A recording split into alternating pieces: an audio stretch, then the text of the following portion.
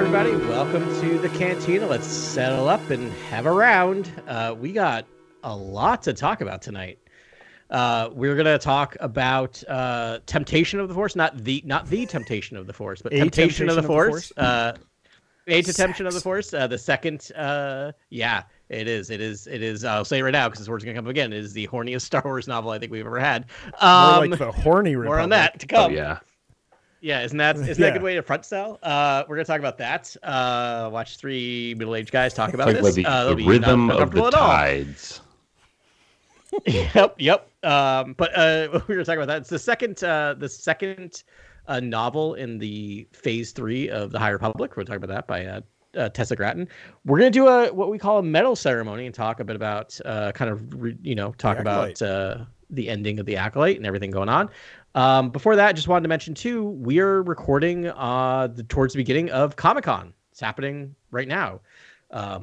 Still early, so updates are coming in kind of slow, but we know that Star Wars Publishing, which covers the comics and the books, they're going to have their panel tomorrow, which is Thursday. So we will kind of come back around next week and talk about all that news and cover some comics as well. And we'll talk a bit about that at the end. So before that, I think I'm going to do what I always do, which is like we have a great plan and then Adam's going to completely derail it because I want to do a really quick unboxing video live. I know it's audio, but look what came in the mail Star today. Wars: The Last Command. What am I looking at? It's a giant box. You're looking at the Black Series Last Command, which has Luke Skywalker, Luke, the Duras Seaboth, and Mara Jade. Oh, wow. Seaboth's in there too. Wait, who's in the lower right? Let me see the bottom. That's Luke? So that's Luke. Wow. And then we got Luke, and then we got Mara Jade with two different heads, and then we got Seaboth with hands and lightning hands. Yeah. Sabath, lightning hand Sabath. I can swap them out. You can do double but I'm totally going to swap out. That's baller, Adam. I am. And you know who? Do you know who's going to give lightning hands to? Luke. Not Sabath.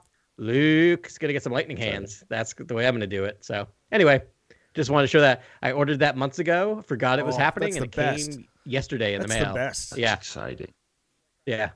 We're trying to summer's tight for us, so we're trying to be like financially stable, and then suddenly this giant box of like toys come. Like, I just want to be like, by the way, I paid for this months ago when we had money. It was a grandfathered in purchase. Everything's fine here. How are you? Sorry, I just been waiting for it's all I've ever wanted is a Luke action figure forever. And you got it. So no, that's a baller set. I didn't even see that on the internet. I didn't know it existed. Instant purchase. It was through so that's this is not branded content because why would anyone pay for us to brand content, but it's from Hasbro. They do this like Hasbro Pulse, which if you want to lose money, join the mailing list because they release like limited series black figures. This was no more expensive than if you bought 4 Black Series figures from a store, but like you can get into these like limited runs and other stuff. They have some pretty cool. Didn't they like cool crowdsourced like who their next character they'd make would be and things like that, right? Do they still do that? Yeah, they do. They just did one which I didn't buy, but it was actually it was a giant Cantina set. Yeah, but it was all the original series, so like the 6-inch figures, which the vintage, which I like, but it's not I gotta choose a lane, or else I'm gonna go bankrupt. So, but they just crowdsourced that, and they had like stretch goals, and I think they reached all the stretch goals, which is like it's huge. The set's amazing. Oh, rad, man. Yeah. I just like looking at all that stuff online. I'm like, oh, that's cool. But they seem to do like a lot of deep cuts, characters, like anything, like obviously a Jorah Sabath character, like holy cow. That came out. That was first announced during Ahsoka. Like that's how long ago it took them to announce this, come up with the concept art, and mail it out because this was their big, acknowledging that there's a connection between, the series and the Last Command or the. That's so funny. That was probably happening when we were covering these novels, like literally. Yeah. Right around, I believe so. Wow, man. Yeah. Awesome. All right. Cool. So, medal ceremony, Grant, I have all the categories here, but I know this is your baby. So you're going to take us through the medal ceremony for Acolyte? Now that we've seen the whole thing, and you know how I am about this stuff where I'm like, I have to see the whole picture before I sort of judge it. And this isn't really a judgy thing. It's just like giving flowers. So we have medal ceremonies, normally meant for live action series, our live action series reviews or, film reviews. Yeah. But I guess we can also use this for novels, and we'll try it out here, which is we'll go through each category and sort of because some of it's best sound, some of it's Do we need to have another meeting here? For other aspects of the filmmaking process? No. So Grant, we're gonna do it. I wanted to do it for Acolyte, not for the book. Oh, for Acolyte. We'll do for Acolyte. Yeah. Yeah. I'm mostly frantically yelling at you to stop because there's no way I can't do it for a book. Because it's like drip. It's like, how do we know who has the best drip? And let's face it, that's the best. And sound design, I don't think it works for novels. You have to. Sorry, I didn't make that clear. I wanted to do it for Acolyte as sort of let's do it because we did like a 2.5-hour episode last time, and there just wouldn't be enough time for a medal ceremony. But I love these. I think they're fun and like superlatives for this thing. First category. Is Adam ready? Thumbs up from Adam. Chosen one. Standout character of the series. Right. Standout character of the series. If anyone says Basil, I'm leaving the podcast. I like that, though. Adam, do you want to go first? I think we're going to have the same person. Yeah, I mean, I think there's like 3 different names, so we can each call him by a different name, but I'm going to call him the Stranger. Chimera. Yeah, Chimera. Or the Stranger. Yeah, I mean, come on. Like that might be the best standout character of all of live action Star Wars ever at this point, up to this point. I mean, just the fact that they made a really cool antagonist who I guess he's a protagonist in the series. You can, depending on your point of view, but a dark, like really charismatic dark side person. I mean, I guess we all loved Ray Stevenson as well. I'm blanking on his name. Yeah, that was another. Yeah, but yeah. What about you, Grant? Do you have an outlier? I also the Stranger. I think we're all in agreement there. Yeah, yeah. You win. Background player. Is there a secondary or minor character that we sort of admire in this series that's maybe not part of the main, top billing of the series, but they're standout characters as well? Lots of options here. I've got mine. Yeah, I've got mine. Yeah, I've got 2 levels. Supporting. Sure Does that make sense? Supporting. Yeah. Right. Who wants to go Grant, first? go first. I'm going Jecki. I think Jecki was Yeah. Absolutely incredible. Like, just the limited time we got with that character was outstanding. Yeah, they showed so much about her character in very little snippets. Like, even her when she's like air support was cool. Yeah. And then, I mean, her relationship with Osha was like very endearing. I mean, she is a wood chipper with lightsabers in her hand. Gets 2 lightsabers. Yep. And just goes for it. Like, big grin. Like gives the Stranger the closest battle, like is the one closest to winning, I feel like, against him. Yeah, if he didn't have that trick up his sleeve, she might have got him. Mm-hmm. Actually, Soul really could have cut his head off if he wanted to, but you're right. Soul is unreal. Yeah. No, but Master. No, totally. I love 100%. Jecki. Yeah. It hurt when we lost Jecki. That hurt so bad. I still remember I literally were watching and I went, oh no. Like it was like I don't usually exclaim. Like I'm not an exclaimer when I watch stuff, but like Carly even looked at me and I'm like, come on, it's Jecki. No. Like I think that's the second most like hurtful death in Star Wars next to that Ewok from Return of the Jedi. Like that's as far as like crushing blows, I think that was that Jecki was second, which is so first.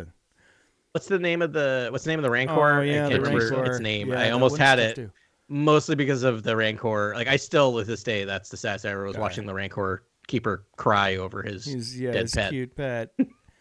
Yeah. So edgelord here, pick. I'm going Yord. Yord's a solid pick, dude. He's like kind of annoying by design.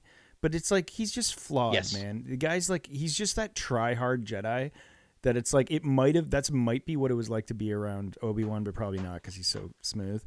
But like, you know, it's like, yeah, and they're like, these tryhards exist now. It's just a different, but it was a very stylized, distinct flavor of Jedi that I had never seen before. And, you know, you could see like when he showed his human side, which Leslie did well in spots.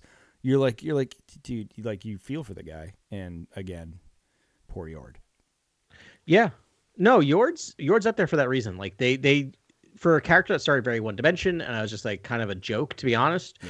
They gave him redemptions or moments of like you said, humanity that I really appreciated. That by the end, like even when he died, you're like, oh man, not that guy. Like he actually had a good heart. He, you know, he's a bit of a tryhard, like you said, but you know, good intentions and wanted the best for everyone. I feel like, I agree with all these. They're definitely on my top of the list. But I mean, come on, you give a Wookiee a lightsaber and make him a Jedi, and how is that not my favorite character? Granted, I would have liked to see more, and maybe it wasn't the best use of him, but Keldaka, just for existing, is always going to be. I can't wait to get more in his comic series that's coming up. That's right. Rad, man. Utini shot, best shot of the series. Maybe favorite sequence. Grant, I bet you have one in your back pocket. I need to think about this a second. Take same. Do you have one in your back pocket, Grant? I just need a couple seconds. Ben Burtt's Best Blaster Bolt Barrage Award for Best Sound Effect in the series. I don't necessarily have like a specific one I can pull out, but they did a spectacular job with just the lightsaber on lightsaber sounds. In this episode, in this show, like there's so many, and especially in that last episode, that, you know, we'll talk about this probably in other parts, but like they gave us so many different flavors of lightsaber duels, and in the last episode with that prolonged Soul Chimere lightsaber duel, I thought we got a lot of really good like lightsaber locking sounds, which is one of my favorite sounds. And then the lightsaber bleeding the crystal was also pretty that's new, good, kind of another sounds familiar but a slightly different sound than what we've heard before. I like the sort of Matrix movement sound effects when like they sort of slow time and they jump out of space and like do the force moves. I thought it was, I mean, it's a basic sound, but I make about 1 million whooshes a year, and it's like I've never made a perfect whoosh, and I felt like that's the perfect whoosh for that, you know, like that sound. Yeah. I mean, I also love just the Stranger's vocoder, right? Like just hearing that gravelly, deep voice. It's really fun. Yeah. I have a feeling we'll talk more about that. Yeah, the vocoder was top-notch work on that, because that can be hard, right? Vocoders can be tough. It was great in stuff, but I thought they did a great job. Yeah, I think I have a scene now if we want to do the Utini shot. Yeah, go for it.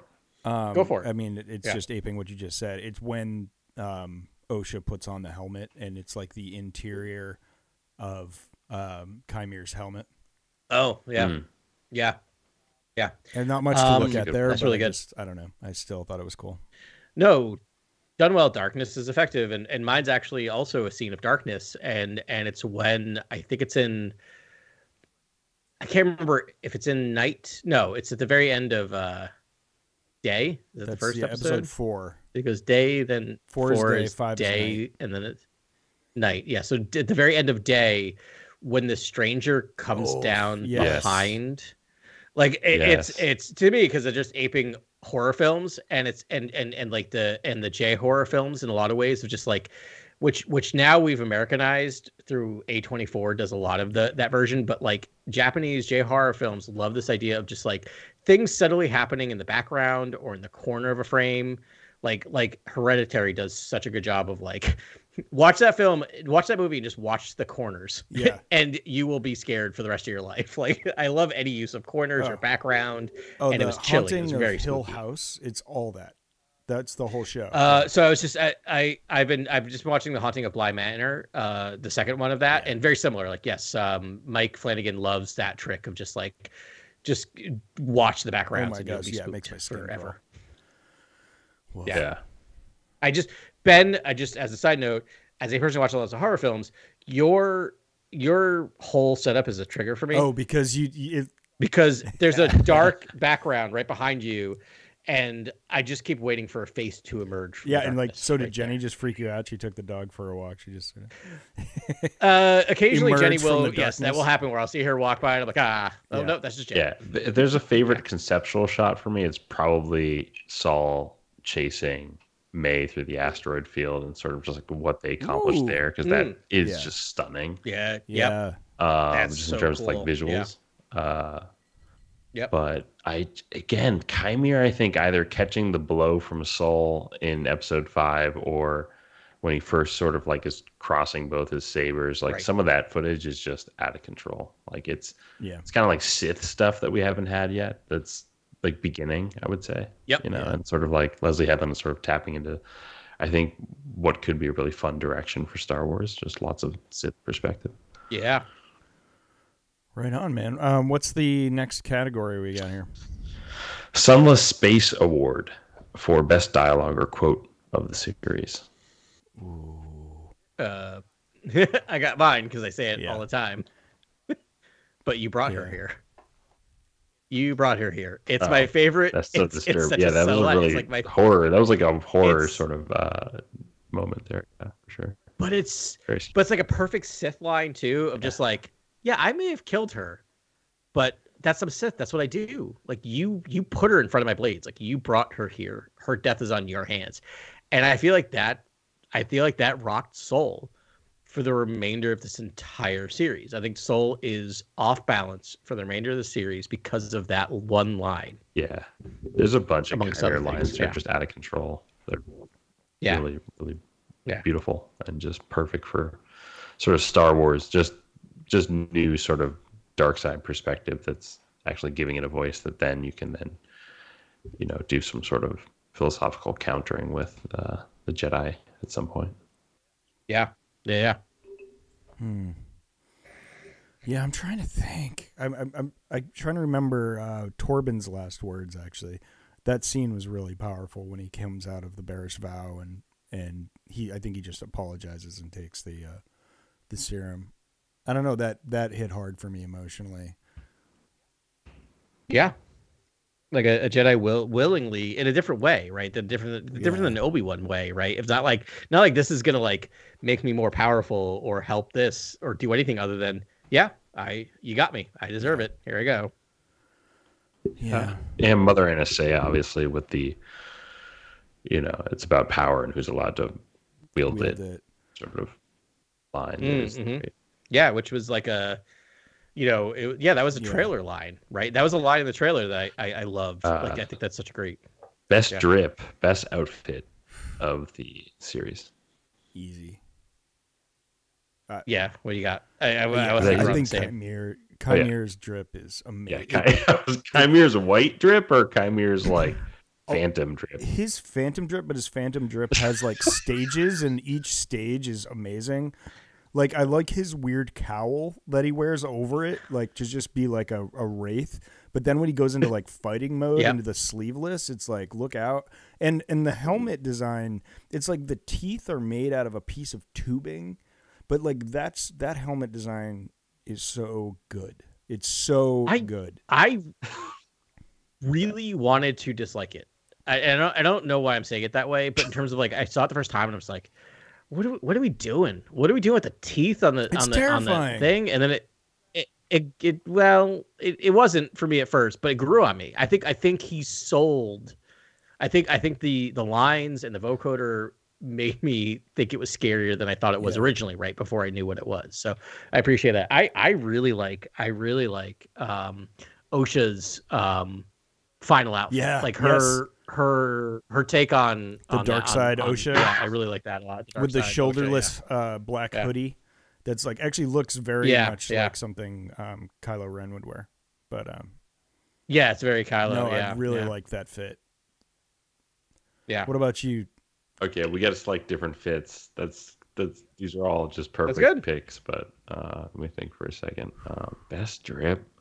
The Jedi drip is so good. Like Vernestra Rowe, like just some of the drip that First time seeing live action High Republic did not let down on what it looked like. I appreciate that. Yep. Yeah, Vern's drip. I think Soul's drip and like Indara's drip. I think like Jedi Master drip that's just displayed in this show is sort of what I'm all about. Yeah, I Indara's is probably the most like original trilogy. I really like Indara's drip. I like. It's it's really very close too. It's like more humble. I don't think she's wearing the gold like Talberd. She's gone into monk mode, which is indicative of who she is as a character. It turns out. But yeah, definitely Indara. But I mean, that's just because it's Soul an has outlier. I just like the gadgetry and the belts and all that stuff. It's fun. Mm-hmm. Yeah. Adam, did you pick? Yeah, you picked. This weapon is your life award, best weapon, gadget, or item featured in the series. It's gonna be another threefer, or what do you think? Pip, I thought Pip was really cool. Oh, interesting. All right, I like Pip a lot too. I just thought we all might go for the same thing. Pip is great. I'm always shocked. They always find a new way to do a droid, right? Like a new way to do something. He's a droid and a tool at the same time, cool. So I'm picking, Yeah, and a droid. That's our tool, B2 emo a pet, needs a hug like award for best droid. Well, then, there's really coming only up. one answer for that. That's Actually, good. no, I have a different answer for that. No, I also think you have answers for both because I agree with you. Like Pip is used more as a tool than a droid, I would say, in the show. So I'd agree with that. But it's also the fact that like in a couple episodes of rough episodes, they kill the droid. Let's not forget they kill Pip. Pip is dead. Memory wipe. It's tough for Pip. Memory wipe, yeah, completely. Like factory reset, like not like just completely back to defaults. I was just gonna say, well, I guess so. Would a weapon fall under this? Right? Yeah. So it's to me, it's Chimere's mini lightsaber, right? Like his like just because again, similarly, like every time I'm like, well, I've seen every lightsaber I could possibly see, every little like iteration on this thing. And they find a way, and the reveal, like to reveal, like okay. So one of my biggest complaints about the Phantom Menace, that's a weird statement. I don't know, that's overstated.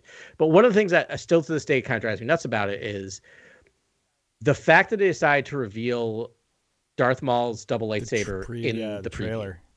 In the trailer, it's still to this day it drives me nuts because that is a breathtaking moment. It looks beautiful. We saw it on the big screen again. It looks amazing.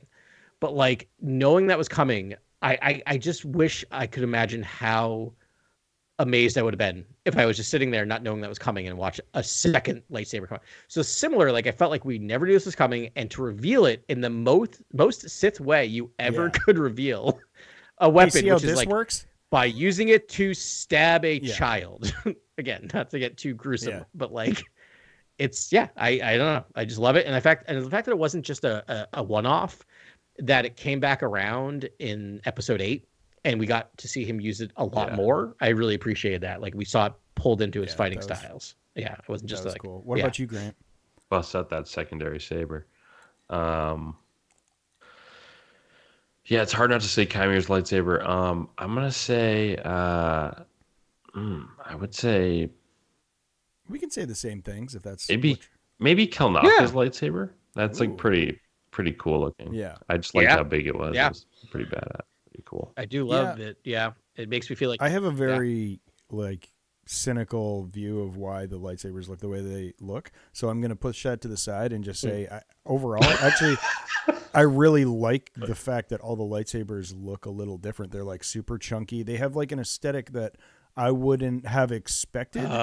It's actually pretty plain and utilitarian, but it's like kind of brutalist. And it's like, I loved the lightsaber designs in here because they were all different. But they were like each other. And that's really hard to do. Now, can we get your cynical take? Wait. Because I think, wait, I want Ben to say it because I think it worked on me and I'm going to get angry. Ben, what's the cynical take? I don't want to bust your good time. No, do it. Because Disney has a proprietary design on lightsabers and they need to be fatter than like what the like common ones are. Yeah, because when you build them at Galaxy's Edge, right? Because literally my thought was what I love about this is it worked on me because I'm going to totally build myself next time I go to Galaxy's Edge. I'm going to build myself a a Kalnaka, like a Wookiee Actually, I wasn't thinking Savvy's design shop where you make them there, but they use that same technology with the. They use the same thing with the right. The models that you can buy in the stors, where you can buy the classics. So the classic versions they're different than any other lightsaber you can buy on the market, but which is cool because you can just pop the saber right in, and there's no screws or anything. It's like really fast and cool, right? Which is similar to the ones that you get at Galaxy's Edge. But the downside is they're chunky. Yeah, they don't fit. They're very at chunky. Least my hands. The ones that you buy online are more like realistic, like prop replica size of like the OT and stuff. And so it's like the lightsaber subreddit was all over that as soon as Can I change my pick? Yes. Can I do Chimera's helmet? Yes. Yeah, Cortosis helmet. Yeah, because it is a Cortosis helmet. It serves a purpose. Good point, Grant. That's the other thing about that helmet is like, so okay, I don't want to open a bag of worms, but like Kylo Ren's helmet is just there because he thinks it looks cool and he has a grandfather fetish. And so like that's his whole thing. Sorry. Nice. So like, which again, fine for the storytelling. They do that with the character, but I like the fact that again they're like, okay, we have to get a dark side user, we have to put in a helmet, but we have to have a reason for him to wear the helmet. And you kind of get the Kylo Ren. He takes off his helmet, and there's a beautiful looking person underneath that helmet. Yeah. Right. So it's not like he's scarred and needs it to breathe, but he's using it to block out. Yeah. Okay. Like I like it. Like it was a good way. Okay. I have a favorite quote now. It's when Soul's like, why are you revealing yourself? He's like, well, I was wearing a helmet. Yeah. That was a great yes. I forgot about that line. I was wearing a mask. He's like, I wasn't trying to reveal myself, honestly. Rad. All right. Don't try it award. Worst decision made by a character in the series. This is an easy one for me. It's like, I mean, the ultimate sin of the series, right? Like it's Soul just like reacting by stabbing what he doesn't understand. Just stabbing. Soul is like adamant about taking one of these children. Yeah, so much so that he's like, you're endangering this weird cosmic mission I've given myself, and so I'm going to stab you.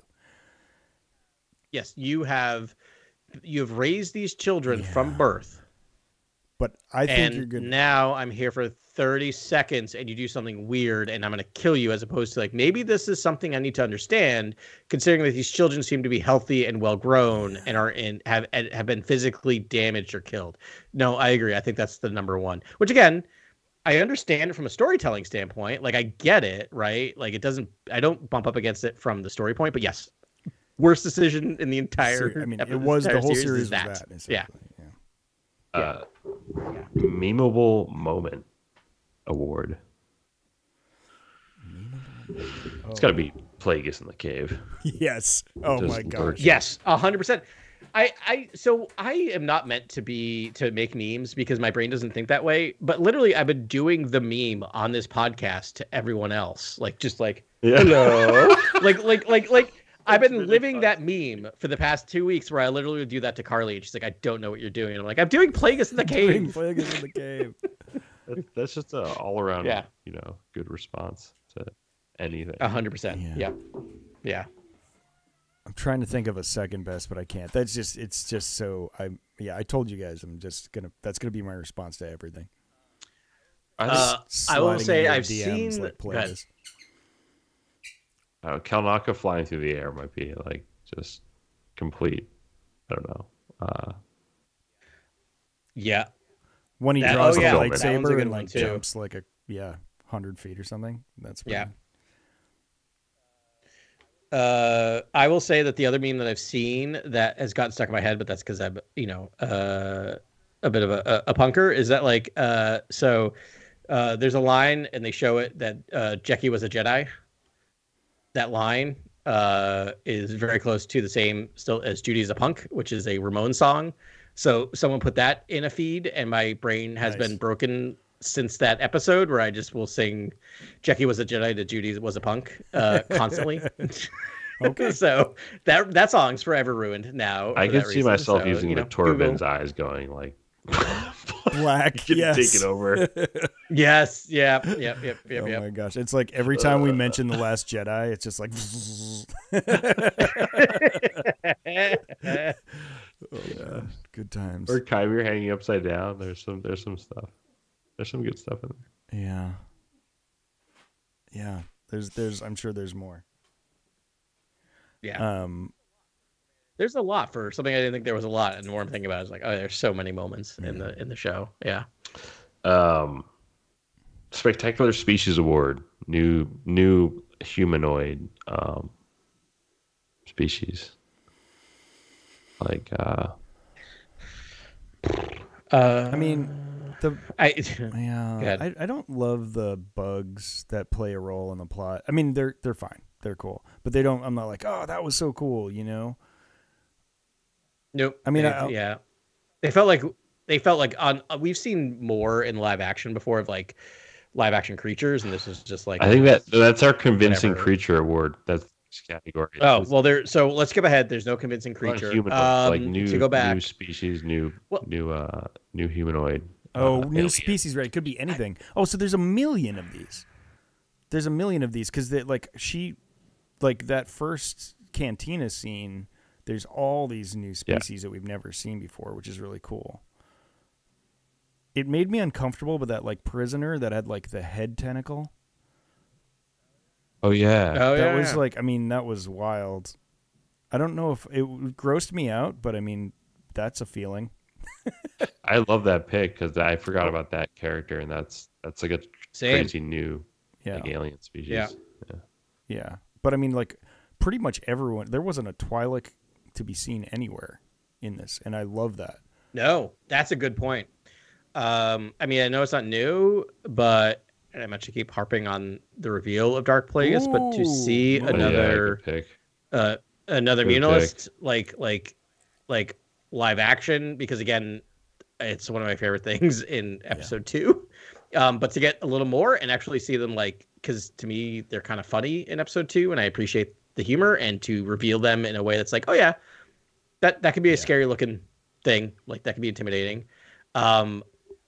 Whatever Basil is a thing, I guess. But you see a cell cat sitting by a door at the Jedi Temple. Oh, right. Yeah. One of those.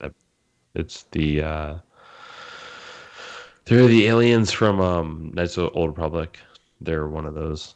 They're on Manon, sort of like a healing culto refinery. What do they look like? They look like Mon Calamari and Quarren. They're kind of like amphibian. Oh, okay. Another like fishy. And then Jekki. What was Jekki? Jekki was feline, half human. Thelan. Yeah. Yep. So in the book we're about to review, there is a half Thelan mentioned as well. I guess there was one from Expanded Universe that Leslie fell in love with, and she just like really wanted to do a half Thelan. Like that's how hardcore of a dork she is. She's like, I've always wanted a half Thelan in my story. It's like, has there ever been a dorkier sentence of that? And I respect it so much. I really like that makeup and like what that looks like. That's a really cool species. Yeah. I mean, that actor is having a moment, right? She was in that. She might be in another giant film that's coming out soon. Okay. If they're doing all of the cameos, I think they're probably going to be doing Wolverine. in Deadpool Wolverine. I'm guessing she's in it. I have no insider information, but I would bet people $100 right now she's in it. I'm slightly worried, but then again, we've got the Fantastic Four will be that reset button. I mean, it's Deadpool. It's not going to do anything other than be a fun. Oh, I almost swore real bad, but like let's. It's Deadpool is not meant to save the Marvel universe. That's never his job. I've enjoyed my time, but like we'll see. Yeah, that's all I expect. I just want an enjoying film that's going to make me laugh and not reset the canon. That's what Fantastic Four is about. Fantastic Four will save the Marvel universe. Convincing Creature Award, best creature of the series. I have one for this. Oh yeah, what do you got? Sorry, Baldemnik or Unknown Planet. Oh, the little mice? Yeah. Oh, nice. Yeah, those were cute. A good memory, man. Those were just like in like a couple scenes. I still don't remember them. Did they have like 4 years or something? They were like these little baby like rock mice. Right? I believe on you. Baldemnic, I believe you. they were like anteater rock birds. Oh, right, Yeah, the anteater those were weird. cool. Yeah. Good call. Yeah, those are great. I thought I was thinking that's mine too. There were mice in the castle on Bartok or something. And, oh God. Yeah, that's great. So mine is actually the like parasite that goes on people's mouths to chill them out for like, and like makes them trip face.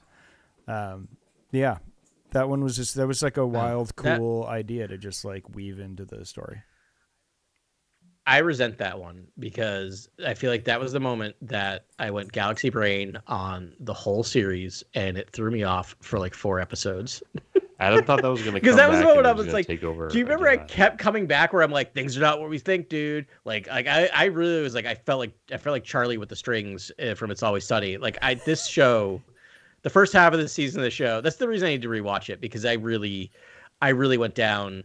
I felt like I was in a parking garage talking to Deep Throat like halfway through the season. Like I really like where it took me, and I think it did go an interesting way, but boy, didn't it did not go as wacky or wild as I was expecting. Yeah. In a good way. I think Occam's it did it right, razor but did. I was just like, yeah. Yeah. And I usually am really good at that. In this show, I think it's just like Leslie Ho's like, this is not the show you think it is. Yeah. And I'm like, well, it kind of turned out to be the show I thought it was. Pretty. I mean, And Yoda was in it, and you said he wasn't in it. Like, oh, that's right. You totally can lie, and you're allowed to do that, and you should do that. Right. One more. One with the Force Award, best Force moment of the series. Lots to pick from here. I'm just gonna throw one out there. Indira, like, it's not the best. I just liked it. Oh, her jumping over the railing. But it's the best to you. That's all right. It doesn't have to be like the I want to think objectively a little more. best. Like, I mean, it was a standout to me. Right. It was like she used the Force to stop May from stabbing her, and she like Force stopped the stab, which was like just. I mean, I don't know. It looked cool. Well, that whole fight was really good because they used a ton of that. Like, I like the fact that this series actually did a thing where it did this. They did storytelling through fight choreography, where every single character had a different fight technique, and it wasn't just the same thing. Like, I like that I could tell each person's connection with the Force based on how they used the Force in fighting. It was really well done. Force kung fu thing, because like there were like that was all over this series of just like hand to hand, like Force like enhanced combat, and I was like, I've always wanted to see that. I've never known if they could do it or not. You know? It's hard. Yeah, no, I agree. Like, I thought, I again, Leslie said a lot of things leading up to the show, but her comment about seeing lightsaber duels, nothing since you've seen since the prequels. I think she lived up to that, especially like the ability you can do on the small screen. She went above and beyond what I could have expected. I think for like Force stuff, it's hard for me not to say the bleeding of the kyber crystal, just because we haven't seen that. Like, just to see that in live action and have my wife go and be like, what? Like, again, like, just to know, like, my wife doesn't know what bleeding like, she watches all the live action stuff. If you think about that, there's no reason for her to understand, because then I was able to have a conversation with her about Ahsoka and why Ahsoka's crystals are white, and she was like actually listening to what I was saying and interested about Star Wars stuff, because it's all connected. But like that moment to like see that, that's something I never thought I would see live action. So, and it made so much sense, right? Like, if you like, and now I'm thinking it from Carly's point of view, where you've never heard of, like, reading about it, you're like, okay, or I was like, all right, but like when you're just like, oh, you're having a moment and you're touching a crystal, you corrupt it because it's just, that's part of the Force bond with those like living crystals, and it just looks so made so much sense, right? It made sense to her. She didn't think like that. She's like, I never questioned where red lightsabers, like red kyber crystals, come from, because why would you? But that moment, I was like, oh, like, and I mean, it felt super earned when that happened. It just felt like it was set up. It was the truth comes out, and then you just felt like that was a defining moment in Osha's story. Did Charles Sewell invent the bled crystal? because I think the first time we saw it was in that Vader comic book series. Early. I thought it was in the Ahsoka novel. Might be first. Oh, it definitely was in the Ahsoka, because I think it was they did the reverse, right? Because they did the reverse of her cleansing a kyber crystal, which is why, white? Or it turns white. Which again, okay, guys, I'm just gonna say this again. I really wish in Ahsoka season 1, after she had her moment of like realizing she's a Jedi again, when she reignited his lightsabers, they should have been colored because she had infused them. Like it should be an option to like light side infuse. I kind of like it the way it is. It's just sort of it's like if you give them the dark side, it's red, but if you heal them, it doesn't do anything more than white. It's like almost like now you have to live in a temple for the rest of your life. Yeah, now it's like there's so much PTSD on the crystal. It's just like I'm white now, and that's it. I'm a survivor. No, I like that too. You're completely back. Yeah. I just think that would have been powerful visual storytelling. Anyways, back to forced moments in the show. I'm surprised we didn't take Chimera just straight up flying around. That was wild. It's right? Yeah. And then Soul just doing that sort of like forced blast at the end, sort of 360, sort of force push, was pretty spectacular. Yeah. Just incredible force stuff. Yeah. I like again. It's that reverse jump he did. Like when he jumped out backwards out of the gangway and onto the ground below. I don't know, something about that I thought was really cool. But yeah, again, actually, Grant, you mentioned it. I saw it again recently. I started rewatching episode 1, and the way that May jumps up into the second deck of that cantina. It's really cool how they do it. She kind of swings up, but then force pushes her momentum to get her over the railing, and it looks amazing. I'm nerding hard. Yeah. No, I agree. So my mind went a million places, as it does, because this is what my brain does. Where I'm just that reminded me of the time we were at we saw that sneak preview of the Acolyte, right, when we went to the marathon. Which for some reason that made me think of when's the next thing that we talk about, which is Skeleton Crew, and I don't want to complete Skeleton Crew. They finally released an official poster. They did. Take a look. It is so many aliens and droids just on the front of the poster. Okay. It looks, and kids and also not a Clive Owen to be seen. You mean Jude Law? Jude Law, but come on, they're kind of the same person, right? I can say that because they're British. It's British. It's okay. I'm talking about that might be racist. I'm not sure if we're allowed to say things like that. No, they're the colonialists. I can say it all I want. They're the colonists. It's fine. Oh wow, yeah, you're right. This is exciting. It looks very Amblin, right? Sorry to do this late breaking, but it just popped in my brain. But it looks wow. There was no date on it though. No date. But it's definitely it's going to be end of the year, because the person who did it kept talking about wanting this to be a Christmas rewatch. He wants people to watch this every Christmas. So I'm guessing it's going to come out. It's going to be post. They're going to do Agatha, and then it's going to be this. Anyway, sorry to derail us, but yeah, right. I think Skeleton Crew is going to be a blast. So honestly. I like all the kids. I like all the aliens, all the droids. We looks like we have a new species. Yep. It can sort of have that classic Star Wars tone too. It doesn't I almost wished the Acolyte delved a little deeper into the dark side in the series, and sort of escape some of the bombast, but it sort of does capture the classic feel of Star Wars. But Skeleton Crew really can play into the high adventure of it all. I think so. I think it's going to be the one that it gets in some ways closest to the tone of the original trilogy, reminding ourselves that it is a as George likes to say, it's a movie for kids, but it's I think the kids, and I like to kind of rephrase that of the kid in all of us, right? There's adult stuff there, and watching stuff with my daughter, reminding kids, that doesn't mean you can't tell high level stories and scary stuff. Kids like to be scared. Taking my daughter on multiple rides at theme parks, going, oh wow, a 4-year-old can handle a lot more than I thought they could handle, because I accidentally took them on rides I probably shouldn't have taken them on. Yeah, Pirates of the Caribbean, a lot scarier than I remember, but boy, did my 4-year-old love it. And I'm like, that's pretty horrific over there. Oh no, you like skeletons and the crow pecking the guy in the head. Okay, cool. Good to know.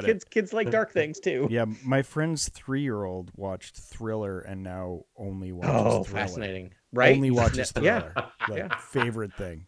Yeah. Incredible. I don't know. Anywho, I'm really looking forward to that. I could use a heartwarming Star Wars journey where the Jedi are good and bad people are bad, and like that's fine. Yeah, I feel like we're getting the thing that I've always wanted, which is different types of stories in the Star Wars universe. Like, just keep doing it. Yeah. That's pretty much it for awards. I mean, there's a couple others here, but I think we should get into the book. 45 minutes in, we should probably do what we're here to do. Yeah, not to sell these books short. Tessa Gratton, High Republic. I didn't know what to expect from this. This isn't like one of the main quote unquote novels, but it's like if you're really interested in like following along with what's going on in the High Republic, you have to read these sort of. What do they call them? Young adult. This book was like you need to. Yeah, you would have had to have read the prior. two novels. Yeah, the last one too. Days of novels. Defy the Storm was like necessary. Yeah, but I gotta jump in with a correction. This is the main run novel. Okay. Oh, this is a novel. Right. This is I always want to call it. It is called the adult novel, but that sounds different than what it is, especially with this one. But it is like the novels, right? The adult novels. Yeah. This is the second in the one, and this is the second to last. This is the penultimate novel in the High Republic, and then we get Trials of the Jedi in the spring by Sewell, of Sewell again, who's like, I am very happy he's gonna land this whole thing, but like this is the adult novel. Stuff goes down in this where I was terrified. I was like, are we about to lose this major Jedi character? No, we're not, thank goodness. But well, I do wonder if not to like, I'm not like hoping for bloodshed, but I will say at the end of phase 1, when we lost Starlight Beacon, it is still shocking to me how many people actually made it out alive of Starlight Beacon fallen, and then like I feel like we've had like one major death amongst our major characters in a lot of ways, and I was kind of getting to the end of this episode or end of this novel. Spoiler alert, and we'll talk about it all. But like they're gonna kill some major characters, and I'm like, oh no, everyone makes it out alive. Anyway, sorry for the thing. Can we do a quick, just like bullet point summary of what even happened here? I'm gonna try and do it off the dome, and you guys just fill in the blanks. So there's the occlusion zone. They figured out a subversive way to get in and out. Should we back up for a second? Should we back up and say what the occlusion wall and Stormwall is for a second? So the occlusion zone. So basically the Nihil found a way to cut off the rest of the galaxy from a certain area of the galaxy, a giant section, which is called the occlusion zone, and the Stormwall is the thing surrounding that zone, which doesn't let people through. Right, it's a series of beacons, whatever. It disrupts hyperspace, and you crash into a science. Something science. Tech, as they say in Star Trek. Fascinating, the tech that's discussed in this. Yeah, right. So we learned in the engines and a lot of stuff. Yes, it's actually really cool, right? Yeah, but so we learned in the last book that they've now found a sort of hack to get through after a year of trying to get through it and not being able to, and then So they're working to come up with it. Elzar and Avar are together. They're doing their thing. They're working on a way to get through. They do get through the occlusion zone. They find a way to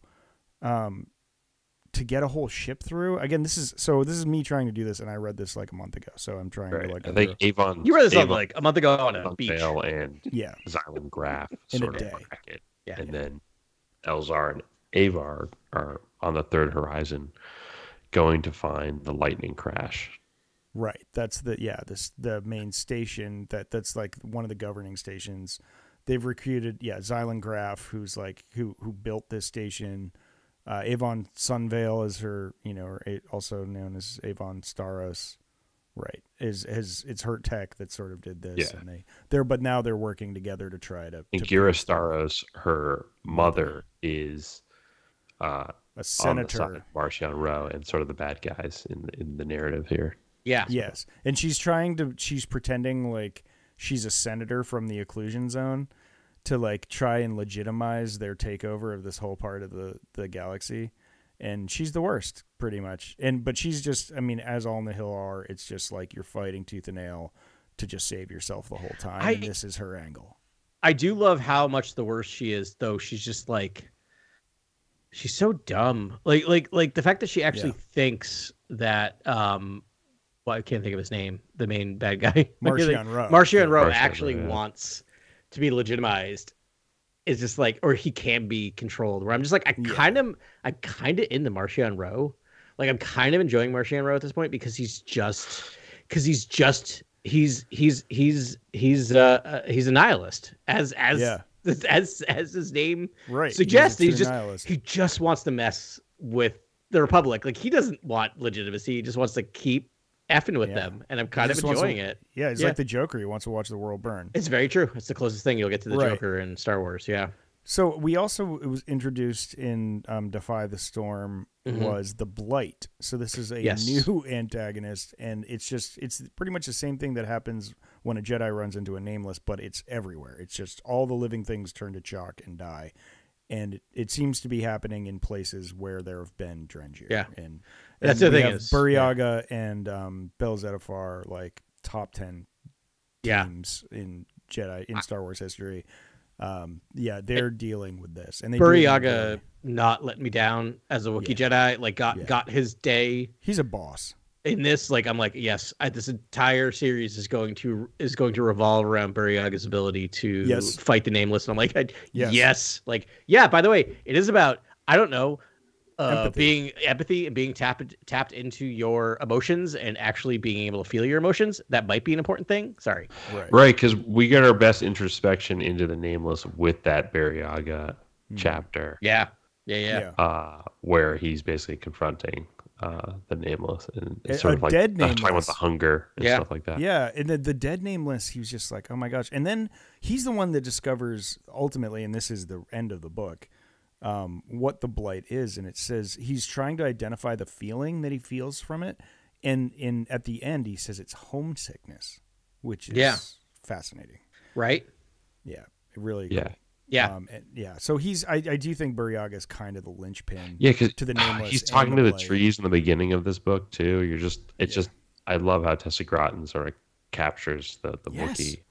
Yep. She had a home run on this, man. Like I've liked her other books, but this is far and away my favorite thing she's done. Especially, she could have very easily, any author could have very easily crumbled under the weight of the 20 books or so that came before this, because we are now at the end game where they're weaving in.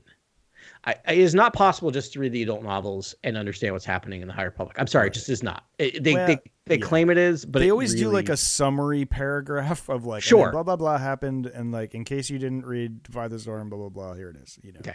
Yes, this reminds me of a Brandon Sanderson book where I read a book like I read a 70-page novella. Before I did that, I read for 45 minutes. I read the summaries of the 4 books that came before it in order to remind myself what I had to do to read this. So, like, yes, technically you can read a paragraph, but really you need to read 45 minutes. Right. I'm not trying to say that to under. No, you're right. I'm not trying to like. I don't want to scare people away. This is worth reading, but yeah, it's great. They're great books. We talked about this years ago when they announced this. Like, is this their foray into high fantasy? And it is. This is a high fantasy epic where they are writing so many more books, and this is working better than the last time Star Wars tried this, which was the New Jedi Order. Yeah. I very blanked the name of the bad guys out of my brain. The Yuzhan Vong. The Yuzhan Vong. Like this, because it's had a better thought out, but like it is dense, and to the point where I've read all these books, I've gone on Wikipedia, and I will still have to like as it's being read to me, because I have to do audiobooks. I'm hopping on Wikipedia to be like, who's this then now? Oh, that's right. This is the person that we've spent most of the time in the comics with, like, which is interesting. Yeah. Sorry. Okay, and then the cherry on top. This is the other narrative. Ooh. Oh yeah. Are you getting to it? Also coming Porter Engel, coming out of Blade the of Bardata. Let us coming straight out of the comics. Mostly. We're gonna get the resolution of the comics in novel form.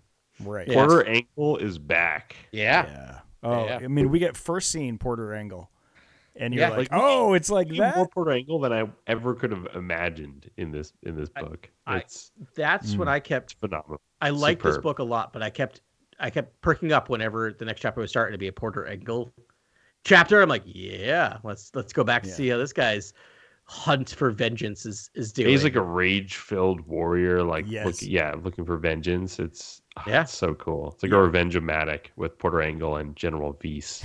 Vice. Vice, I don't know. That's the German way to pronounce it. Vice? I think it's Vice if I'm listening. If I remember, that's my head. How it was read to me. Yeah, I mean it's wild because it's like, so Porter Engle's 10% of this book, right? And it's all about his pursuit of General Vice, coming off of the shoulders of 2 books ago, where they had like a death match, and like she killed his partner, right? Baresh, right? Adopted sister, right? I think is the way they've decided their relationship is, but relationships are real wacky when it comes to the Jedi. We'll talk about that, I'm sure, soon. Right. And we saw that in the comic thing. So it's like, they're both long living, but like species apparently. Yeah. And this is like 300 years later, something 200 years later. Yes, because this takes place. Something like that. Yeah, because this is after the prequels that were the second phase. But spoiler. I mean, again, we're talking about all very early in the end of this book. She reveals that Barish is still, or at least suggests or lies or says, "I know where your sister is." Right? Like I know where Barish is. So, also, side note is Barish that's the Barish vow. That's all throughout the Acolyte is named after this character. Yeah. This character, right? Barish Sylvain. Barish Sylvain. That character's right. name. Yeah. So, anyways, my point here is that he's only 10% of this novel, but like the rest of this novel is all about people dealing with the like real intricacies of attachment and what it means to be a true Jedi, and going through all this like parsing of rules and feelings, and a bunch of really deep stuff that I really enjoy, because it's a conversation that I would have forever with people. Yep. Yeah. And Porter Engle is just like, nah, I'm just going to do this because I want to. It's like completely devoid of any of that Jedi stuff. He's like, yeah, no, I'm gonna just kill this person. Yeah, I like how Porter Engle's like, that's great for Porter Engle, and starts talking in the third person like Porter Engle's dead because he's just now a revenge-o-matic. Yeah, which is awesome, because that's the best flavor of this character. It's like, I don't want to see I don't want him to be a daimyo on Tatooine. I want to see him go on a revenge murder spree, And we kind of get that, but ultimately there's no resolution. And just fighting General Vice, and then it's just awesome. Yeah. Just incredible action. Yes. Prose, I would say, and descriptions. And just being in Porter's mind is so fun. It's sort of like, so cool. It's like being in the head of like an action hero in like, your favorite action movie. That's what I'll say is like, I feel like this is maybe the best named book of the series, for a series that the titles are sometimes hard to parse apart in terms of what they mean.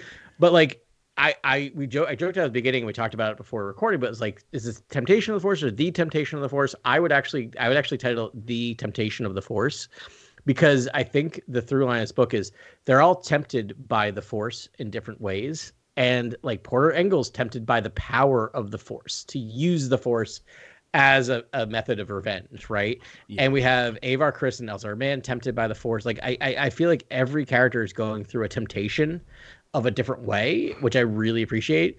The thing that frustrates me, and this is not a dig on the book, but more on a larger scale that I've talked about, how much I want the Rey movie to have a discussion about attachments, where this book, frustratingly, for me, not for the way it's written, I think it's written perfectly in the way it's doing this, but like what frustrates me is everyone's having an eternal conversation about attachment, or basically two horny people who are basically adult virgins who haven't had many emotional reactions, having a conversation justifying themselves why a promise ring and doing it in certain ways doesn't really count. Yeah, like just gonna do butt stuff, right? Thank you for saying it. That's all I kept thinking through this entire film was like two Christian virgins doing, two very acknowledging everything they can do that doesn't quite count as sex, but anyway, which they do have sex though. They do. They do, which is great. Yeah. Can I bring the quote into this real Please. quick? I'm sorry, Yeah. Grant. No, I feel like I'm not. Wait, where's the quote for that happening? Because I probably read mindlessly through that. Section 3905. Sorry, that's all I got. Because I feel like they always just sort of like magnets just come together and then repel. Yeah, I mean, so we're talking about Elzar and Avar Kriss a lot in a row. You're talking about Elzar and Avar at one point.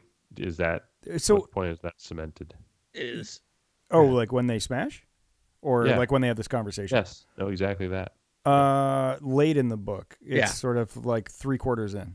It's heavily implied, like they say it in a they say it in a Tessa says a flower away, but it's just like. Yeah, no, they. Yeah, you're right. You're right. They rip each other's clothes off and then wake up next to each other naked. Yeah, so. it's it's about it's the same way it's implied in like Andor. Like we don't actually see it, but we know that Andor and what's her name? Because that's like the first time. Because she woke up next to him in bed and got out of bed. Like that's like one of the first times sex has been actively implied in Star Wars in Andor. Oh, Gira and Marchion? No. Like in the show Andor. Like wait, that's when the first. Andor. You mean like on that beach planet? No, prior to that, Cassian and the woman in the main. You guys have seen it before, closer than I have, but Andor and the woman the brown hair woman. No, no. In the past, not in the show. She woke up next to that guy. Is this when they're on Naboo? Is it when Elzar and Avar on Naboo that you're saying this happens or something? I think it is actually, and I think it's the like. Okay, Ben, is it on Naboo? It's the lake house on Naboo. It is. I know there's like a lot of descriptions of like their hands moving around on each other, but I don't know. So there's two scenes. There's one where they just sort of like stand next to each other, but then there's one. No, it's back on Coruscant, and I think Elzar's convalescing from some wound, or Avar is, and then they smash in their room in Coruscant. All right. Well, Jedi smang. It's confirmed. Yeah, it's like so they sort of tease it. It's like they're right there. They profess their love, which is amazing for a Jedi to do, or a story to Star Wars to talk about that. They're just like, no, I love you. And then they do the edging for one scene, and then there's ones where they definitely smash and spend the night together, and And I think it's after he gives her the circlet. So Temptation of the Force it does have the sort of steamy romance that you want, a Jedi romance sort of stuff. If you're looking for that, which was very well done, I thought. It is steamy from two people who, I don't know how to say this without getting too graphic, but it's steamy from two people fumbling around who don't quite know what they're doing. Steamy. Yeah. Which I appreciated, which was realistic to the characters. That's actually like the point of those. It was very real to the characters. It is not what you would want from a romance novel, right? No, but it's very real for those characters. Wars. I love it. I'm so happy that they did it. Yeah, there's a forbidden fruit sort of like aspect to it or something, And we could argue about like it's kind of corny. Like it does. Do they just want to smash sort of or itself out pretty quickly? Where you're like, oh, okay, like you're just gonna keep throwing these Jedi ideals in front of you guys, just getting closer, and it's just gonna be this back and forth for a while until we finally get to the scene you're talking about, Ben, where it is sort of confirmed that two Jedi make love. Yeah, and in a way, like I felt like Tessa did such a good job, Gratton did such a good job of like, how old do you think Avar Kriss and Elzar Mann are? Are they in their late 20s? Yeah, that's early 30s. Yeah, late 20s, early 30s is kind of where. Right, late 20s, early 30s, probably. But it's written. Reading it reminded me of how I felt when I was a teenager. Right. Yeah. Right, and kind of those first, you're mixing up sex with love and love with sex and all those things, and it's hard to disentangle all those things.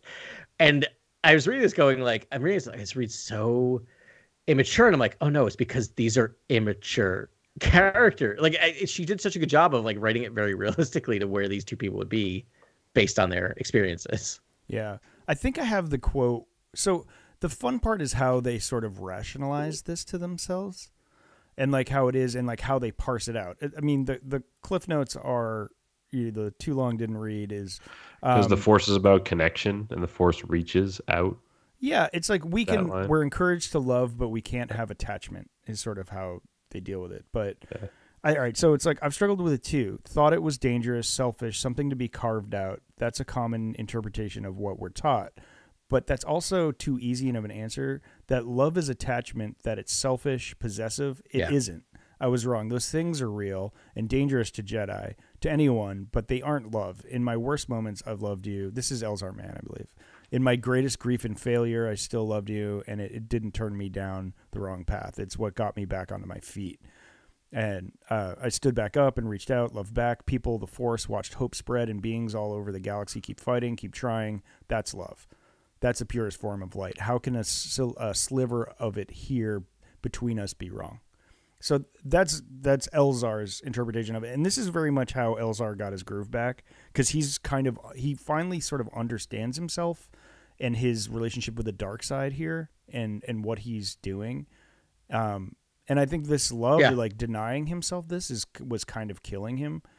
But he's understanding that, like, there's another quote I won't give you, but about the dark side and how, like, why the dark side's always there. But he's like, we just have to choose the light. And he's like, there's always going to be the dark side as part of this, but I just need to keep making the right choices every time. And he's finally at peace with himself.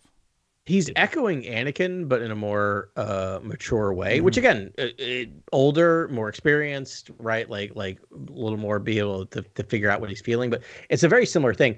And I think, to me, the most important line in that is around the part where he says something along the lines of, like, attachment is dangerous for Jedi or anyone, right? Or anyone. That is the key. Is, like, I don't think attachment's a bad thing for anyone, but attachment can be dangerous for anyone, Jedi or not. It's all about what you do with that attachment and the honesty surrounding that attachment. As I always say throughout all this, is like the problem with Anakin is not that he was attached to Padme. It's because he hid that. He felt like he had to hide that attachment. Yeah. Like, that was the biggest issue, which we may be running into a very similar story with Avar Kriss and Elzar-Man, even though they fully kiss in front of people in this book. Like, they're all like just teenagers in a corner making out through half this book. It's weird. Yeah.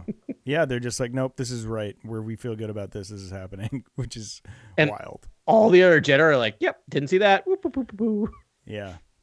Yeah. Elzar leads a pretty sweet sort of, like, space battle. Yeah. He does. He leads the fleet of vectors into a pretty sweet space battle at some point. Well, I mean, so that was the highlight of the book was that for, like, at least for a little while, they took down the Stormwall. Yeah, they had some wins. And they got some W's. After a bunch of L's from Elzar, like, he didn't even want to do this anymore. That's kind of funny to say. But they finally broke it down, and, like, when they're like, the Stormwall is down, I was like, in my beach chair next to a pool in Mexico. With my 27th Paloma. It's wild. That's hilarious. Yeah. No, I love that. I love there's moments of triumph in this book, like personal triumph, but also, like, Jedi major triumph, and it does feel like, as much as we're at the point where, like, yes, Marchion Ro seems like he has something else in his back pocket, and yada yada yada.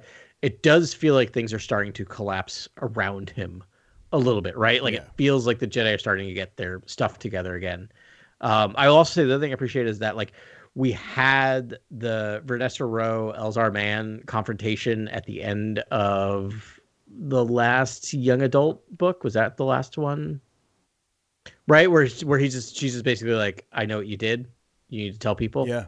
Oh, yeah. And we had the catharsis there. And we had the card. He does. He to his credit, he comes clean. He doesn't hide it. He doesn't shade it. He talks about, like, going and embracing, like, he embraces the dark side, essentially. He's completely open about. Yeah. And the council gives him a pass on it. And I don't think in a bad way, but the discussion of just, like, that's when they tell him about, being a Jedi is making the choice with every action every day to do good and whatever. And then that make you feel good? Did you feel good about that decision? Like, do you know what I mean? Yeah.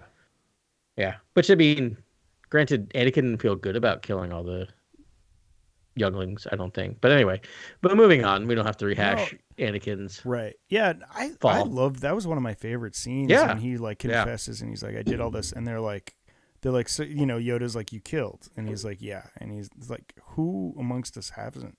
Yeah, Yoda's like, we all have killed. Yeah. I was like, wow, that is. Yes, we carry a weapon that can chop people in half. Yeah, he's like, did you accidentally. enjoy it? Did you do whatever? And he's Yeah. like, no. And he's like, of course. He's like, the fact that you are going through this and had to, go through this experience. He's like, that's what we do. This is what we are. That weird, paradox. Yeah, so I think we all hands down, that's our favorite scene. I think that scene was incredible. It was really good. Yeah. It was Elzar's it was sort of moment or whatever. It found a way of like reminding us why the council is the Jedi Council. It didn't let Elzar Man off the hook for his actions. Like it was a good way of just like, no, yeah, you messed up, buddy, but you messed up. That's what you've been suffering in this messing up since it happened. It's like it happened and you were like, it is that's good. Maybe I should try it again. As a parallel to the Acolyte, basically, in terms of it being like almost an inversion of just a Jedi love story instead of a Sith, Acolyte love story, and sort of, but also the Jedi, sort of the disgraced Jedi character in Elzar, that is sort of like forgiven essentially. Well, whereas he it confesses goes his the complete sins. opposite direction for our guy Soul. Like looking ahead, I kind of want Avar Kriss and Elzar Man to die. This might be a little controversial. Yeah, to die at the end of the next episode or next issue or at the end of the series in a sacrifice together. Like in this weird, like going down, like, because it shows that their love is what worked. Their love is what saved everyone. And like, you know what I mean? Like, I just want this like separate narrative of just like, yeah, love is a powerful thing that can save the galaxy. Yeah. Yeah. I think Avar has to take out Marchion Ro or something. That would be great. Definite. Yeah. I can't wait for him to die. And so that was another plot point here. They've finally been like, the name of our villain is Marchion Ro. We need to cut the head off the snake is finally like otherwise this is all, and it took them a really long time to sort of figure that out. But now they're actively pursuing Marchion as he's just getting more and more powerful through various levers of mean-spirited power and that stupid like rod that he carries around. He's got the baton. Like super power. It's like the Infinity Gauntlet. That thing can do anything. It's like the strongest artifact we've ever seen, and we've read a lot of Dr. Aphra together, which is all powerful artifacts. So no, it's true. Yeah, we had another moment here, Adam, that I thought you'd appreciate because I know like you're one of the biggest bastions for this. They started talking about using civilians to attack the Nameless. The quote is, or we need to stop fighting them ourselves. Maybe it's a weakness we can't avoid. Retreat. Let those who don't sense the force lead the charge against them. Or security droids was in there. Yeah. And my note was, please do this. But then, so the next quote was, and this is the response, I guess, from the writers. The idea turned Avar's stomach. Retreat was necessary sometimes, but to assume it would be necessary to let others do the fighting on behalf of the Jedi galled her. There should not be any place a Jedi could not or would not go in service of the Force. Gee, I don't know. That sounds like unmitigated arrogance and idiocracy. That was my least. I highlighted that line and I was just like, no. You all deserve to be killed by a Sith Lord, you arrogant SOBs. That is the dumbest thing. And I feel like they wrote themselves into a corner and they had to explain why they weren't doing the easy solution. And that annoyed me to no end. That made me so angry. In a book that I really loved, and I don't blame Tessa Gratton, I feel like I agree. I feel like they had to write themselves a way out of it, out of the solution. And their solution was, Jedi are arrogant. It was done so quickly. I bet there's an amazing story behind the scenes about that, where they're just like, Tessa, I'm sorry, we need to address this. You need to address this. And she's like, okay, what are we going to do? And it's like, they get into writers' rooms. Yeah. They do it. We've seen them. These are all super intelligent people. And I feel like they had to have had these debates. And I kind of want, like, if I could pick, we talked about being a fly on the wall with Project Luminous, and I would love it. Oh my gosh, I'd give anything. The moment now I want is when someone said, why don't they just have droids or non-Force users kill them? Yeah. That they probably spent the next 5 hours trying to write themselves out of it. And we're just like, I don't know, the Jedi are arrogant. Okay, cool. Yeah, no, we are we are the defenders. I mean, hey, I bought into it. I was like, okay. So that was in the back of my head for the rest of the novel, sort of every time they face the Nameless, and they just keep throwing themselves at the Nameless. with more success this time. But okay, so here's okay. Let me do the work for them, or not for them. Let me now do the work for you. Yeah, okay. Do the work for me. So let's say that this is the thought process. And then the Jedi, after this is all done, they do an after action report and think about what did we do wrong? Oh, one of the things we did wrong is we could have had another people fight for us. So maybe that explains why they're so open to having a clone army come in and help them, because they were so swift to fight all their battles, fight all their battles for them. Maybe this is why they're more open to having a clone army, is because they see the folly of their actions during the Nihil crisis. Okay. Maybe it's a bit of backwards writing, right? Yeah. Like a prequel to a prequel. An interesting large scale sort of like macro narrative idea. Yeah. Like they're better at regional security and they're good at like and diplomacy, all-out war small, is like tough for Jedi. Yeah. And they can look at the Nihil thing to demonstrate, we could have won that thing so much faster if we had a clone army. If we had an army, we would have won it in no time whatsoever. Yeah. Just get Rex in there. He's like, that's interesting. Boy, all right. Okay. I'm hoping there's a Sith sort of payoff here, but like again, it doesn't seem like it's going this direction. It seems like the Nameless Stranger keep popping up in bigger and bigger ways, which is there will be an epilogue. I'm like, I thought this was all leading to actually they're going to start to those stories are going to start having answers, and then that leads to a darker twist. Do not forget that Charles Soule is going to cap this whole thing off. The writer of Vader, right? Like all of the Vader, all of the Star Wars. So I will almost bet, as much as I will bet you $100 that what's her name is in Deadpool versus Wolverine. I will almost bet you another $100 in the epilogue at the end of the last book that has the tent pole thing, the finger tent pulling, finger tenting Sith at the end, at the back of this whole thing going. Speaking of last minute, Sith in the 11th hour, like excuse me, we get a lot of Vernestra Rowe, from the Acolyte in this book. We get a lot of Vernestra, which is pretty cool. Yeah.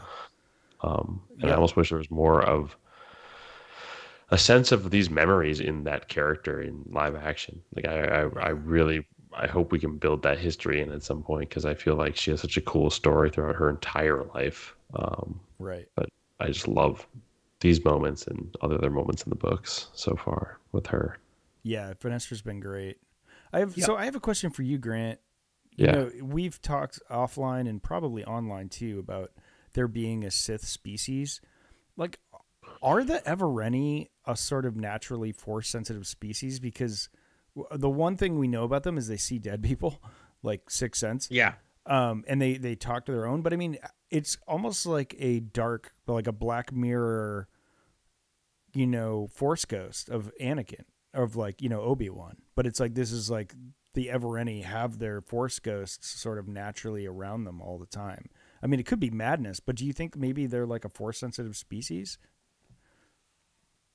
I don't know. I don't have the answers for that. The Evereni, I think I'm just familiar with them from this book, and then they've appeared in other High Republic books actually as well. Yeah, there was a lot on them in Phase 2 because we got Marta Rowe and her sister Yanni. I think. Oh yeah, you mean the Martian Rowe? The Martian Rowe species, the Evereni. Species. Sorry, I was totally blanked on that. How dare you forget? Yeah, you're talking about I don't know. Possibly that. It seems like there could be some sort of backstory with their planet and a destruction there or something that might have to do with the Sith.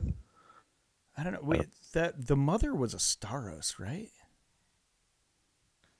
I feel like she was a name, and she was Force sensitive. She's definitely not an Evereni. But I'm just wondering, it's like just weird that they have this like iconic Force trait of seeing, like being able to communicate with the dead.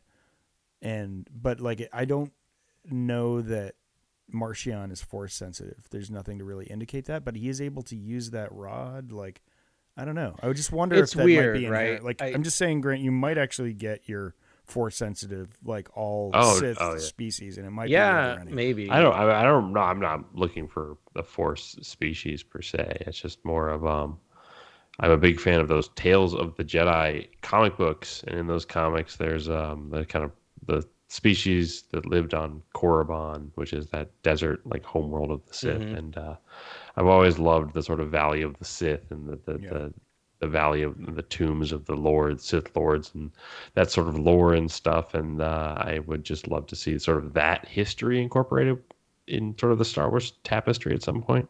Yeah, I'm sure that will happen at some point, but yeah, that was what I think you go there in the first Force Unleashed game, which I think I talked about last week. But that was really cool. Like, I think you go to Korriban and you go into like their temples, and it's like you have to fight all these Force sensitive acolytes and stuff like that, and it was really cool. That was sort of, I did get those vibes off of the Acolyte show by the end, which I was grateful for. Do you think maybe this is like the Chiss, right? Like, so the Chiss, the way that species experiences the Force is through navigation, right? Being able to navigate through hyperspace, or at least that's how like again, I love this idea that the Force is the Force, and it is seen through a cultural normative lens, right? That like how cultures experience it is based on how they're taught to see the Force. Right. And so I wonder if the Everany is like, no, we don't, like, they are the Force sensitive within them. For some reason, it's translated through this talking to the dead. Yeah. Right. I just think it's really interesting that that's the way that species, because of their cultural background, which we saw in phase 2, right? Like they're kind of like raised to hate the Force and do all this other stuff that so maybe that's their, like, every culture that is separate from the galaxy, separate from the tenets of the Jedi or the Sith, kind of form their own lore around whatever they call the Force, and as the Chiss use it to navigate, the Evereny do it to communicate to the dead with the dead. I don't know. Yeah. Right. That's why they wouldn't be Sith per se. It would just be, they're just their own abilities, right? Their own sort of aptitudes that they have. Right. Yeah. So you think it's more of that? That makes more sense to me. We're gonna have to wait so long to get our answers. Right. It's gonna be what is it? Spring 2025 to get the last Sewell novel. That's what Sewell says, and it's the only novel that doesn't have a publication date. So we still have we're gonna have 4 other novels come out before that comes out, because we still have the two young adult and the 2 middle grade novels coming out, which the next 2 are going to be like Beware the Nameless and Tears of the Nameless. Oh yeah, so I'm looking I think forward we're to gonna those. get and I think Tears of the Nameless. I think that, and then there's 2 more. There's another Junior, another YA. They don't have the titles off the top of my head, but one of those is a Claudia Gray, so we know that's going to be stellar. And I think Charles Sewell. So like we have a ways to go. I think next one comes out. Wait, what happened on Moraband? Oh yeah, like or where they all Malachor, turn into where is it in stone? Rebels that they go to? Yeah, they're all stone. Malachor? Yeah, I mean, it looks like a Nameless ripped through there. It looks like a Nameless did that, yeah. Yeah. Yeah, we see that in Rebels is what you're referring to. And yeah, they find a Maul skulking around Moraband near a Sith temple. Good times. I was thinking about this series sort of like as a whole, and like one of my major complaints is just like I'm tired of seeing Jedi take L's. But this novel, like when I was done with it, I was like, like history, this is just like any other war. It's just like, like they took all these L's, but I think history, like it's only like 2 or 3 years overall that the Nihil invasion like happened. I think they're going to defeat the Nihil, and it's going to come out as a giant dub for the Jedi. Like they're going to be like, they figured it out. Like the Jedi saved us all. And it's like, it's going to be just one big dub. And like, you also get like Porter and Barriaga are like powering through those Nameless, takeover moments. Where it's, I think you're right. We had a phase. I think we're on the I think we're on the upswing, right? I feel like we're on the upswing of we're going to get a lot of W's for the next 5 novels. I think a lot of it's going to be beating us. I mean, like we saw the Drenger come back in this book. We saw the Nameless. We have the Blight. So we have the Nihil. Like they've got to defeat all of these things, which they will.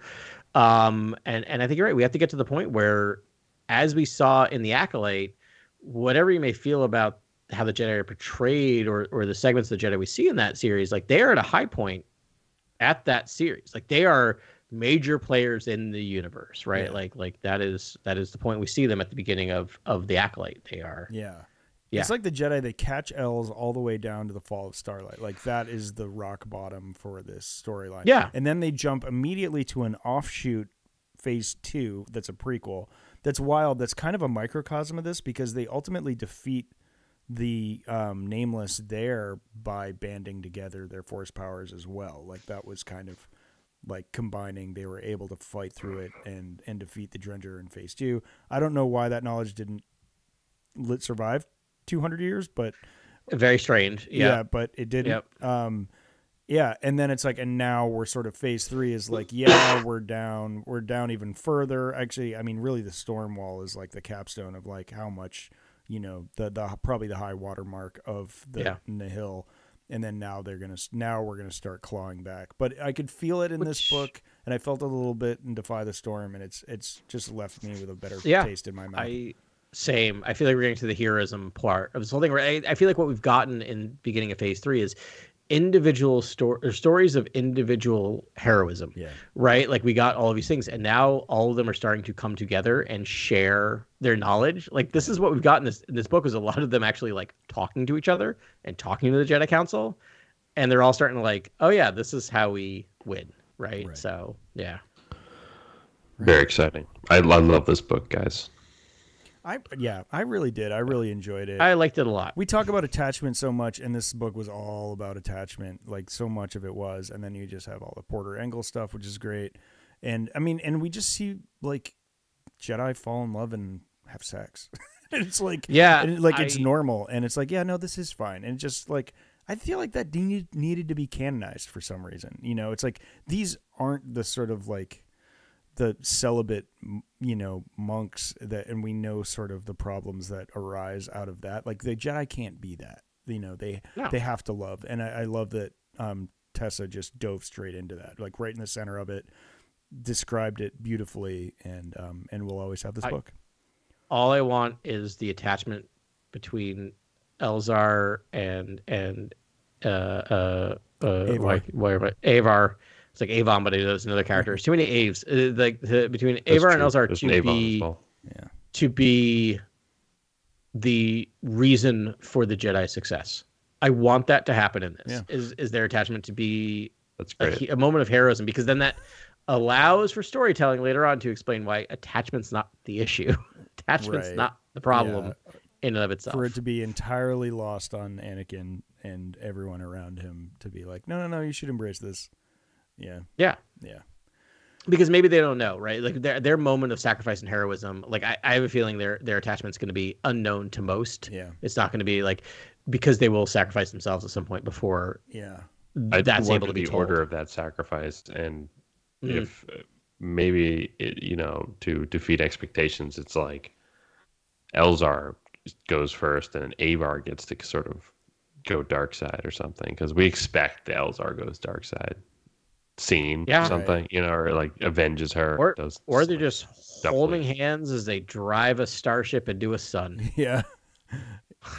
It's so funny. I know Grant has like, you just want to see Sith right now. You're just like, give me more Sith. I think Star Wars has a few problems right now. I feel like it has the Andor problem, which is there's a level of sort of craft and like filmmaking sort of expertise that we're looking for in our storytelling, especially in the live action space. I think there's a Sith problem, which is the Star Wars as an IP has been tiptoeing around the Sith, since the acquisition, since before the acquisition by Disney. It's just been something sort of. I guess there was a lot of attempts to explore it in maybe comics and not really some novels. Not really. Obviously, Plagueis and the Bane novels, and they do a great job of getting in. But the Bane's not Sith. Bane's not canon. Grant, I love that you're trying to give him benefit of the doubt, because I love it, but no, I think you're 100% on this. They have ducked it. They have not. They don't want to. And it's sort of like what we get. The taste we get in the Acolyte is so scintillating that it just makes, I think, all of us as Star Wars fans desire that. Just a smidge. That dialed up to 11, basically. Yeah. Times 10. Yeah. It makes me really excited that they're going to maybe do this in season 2, right? Like maybe they're doing it, but I don't know. They're ready, and this is the angle they want to take to do it. I mean, it makes sense. It's a little bit of a prequel thing. Let's set the stage, and then because I think it's the hardest thing to do is to create. And can you imagine the third issue here is now a new issue, which is it's not even an issue. It's just an interesting sort of facet that I think is now in a lot of fans' minds and is sort of going to dominate the mindscape of the fan base, which is Plagueis, Darth Plagueis. Like after you introduce this character, I think a lot of fans now just want to know the sort of like the dealings of that character, what they're doing, what the plotting is, how it relates to Palpatine. 100%. And I think young Palpatine is now on the table for a lot of fans. A lot of fans are now just think so. Let's move into this young Palpatine, storyline. What was that? Because that's a whole prestige show right there. For some of us. What about old Tenebris? Yeah, old Tenebris. Yeah, I mean Tenebris might still be around, but like here's the thing: if we're just taking what the vast majority of Star Wars fans have seen, which are live action and cartoons, and we get, have you ever heard the tragedy of Darth Plagueis the Wise? And you get the best scene in any of the prequels, and then you have Plagueis go, "Hello," and that's it. That is bad and wrong, right? Like you have to delve into that character more. Which I think Leslie Headland, I mean, she loves old EU and prequels and all this stuff, and she wants to do it. And I'm sure they're just like, you can't do it yet. Like we got to make sure this thing is working. No. It's a hit, so I'm hoping they'll let her off the leash a little bit. He will be full-bodied by the end of this. Like I think so too. I hope so. All pieces of his narrative. Yeah. I think you're right, Grant. Like I would say the first season of Acolyte was a 7 out of 10. I think the second season they have to make, and I think that could be a 9 out of 10. Like it could be, they could do really cool things because it will, now you have. They set it all up. Then there's the fourth problem, which is it all for naught if you know the fate of the galaxy at this point in time, or if it connects to the Skywalker. It's the friends we make along the way. It's the troubles, but Grant, I mean, you're right. That's always it's the difficulties with prequels, right? Of just like we know how the story ends, but like it's far enough behind that like to also you've set up so much with Palpatine all the way through, like he is now part of the entire Skywalker saga, right? May not show up in every film, but he's there from episode 1 to episode 9. Yeah. Right. He is there. His shadow is there. So to talk about his mentor is really interesting, right? To talk about his master is really interesting and something that I'm more interested in than even like telling how Darth Vader became Darth Vader is. It's hard. That is really, really hard to tell in a satisfying way. But to tell the story of like, who is your worst villain's teacher is interesting. That's interesting, right? And like it's like you can't. It's hard to mess that up because either he's really great and Palpatine learns a lot and then kills him, or he's not that great. Palpatine learns a lot and kills him, right? So you can kind of tell it either way and still be successful, I think. I don't.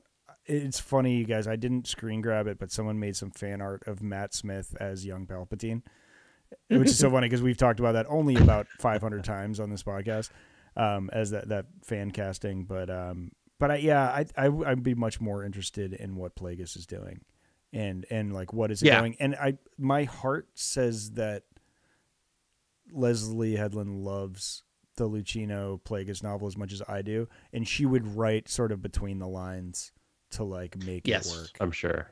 Yeah, I agree. I don't think she's trying to overwrite canon or old. His characterization in those books is just phenomenal. Chef's kiss. Yeah.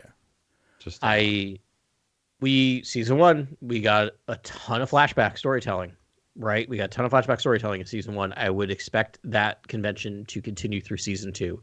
So I don't feel like we're just going to pick up Plagueis from his peeking out from a cave. Like, I think we're going to figure out why he was in that cave, what he was doing before he was in that cave, what he's doing after he's in that cave. And I think a big part of the Sith, just as we saw with the Stranger, is being able to walk in multiple worlds. Yeah. Right. And so, I want to talk about absolutely love that's the series, but like my 3 fixes, like again, 7 out of 10, 8 out of 10 for the Acolyte. Yeah. Only things I would sort of like splice in there is sort of maybe some more flashbacks with Vanessa Rowe and her whole life that's sort of established in the books. Make Brendok weird. Like if there's a Vergence there, make that planet weird. And then I almost the senatorial stuff that's happening, the bureaucratic stuff that's happening. It's like maybe Plagueis, like maybe you fit that in there and you sort of set that up a little bit. So it's like you feel like there's that foreboding presence is there, but maybe it's an over the shoulder hologram where you don't even see like really you don't see the hologram. It's just more right. Something's happening with it with some sort of there's a lot enough of for like us to Jedi. do screen grabs and be like, is that immune? Is that immune back there? Yeah. Right. Enough to set the internet on fire to be like disgusting. Because the other thing I hear is like that happened in like the end of the season, and I loved the introduction of I think he was in a hologram earlier in the season, but the real introduction of that senator. Loved that character, like thought it was super interesting, agreed with his take, or not agree with it, saw where he was coming from. It seemed like he was coming from a logical point.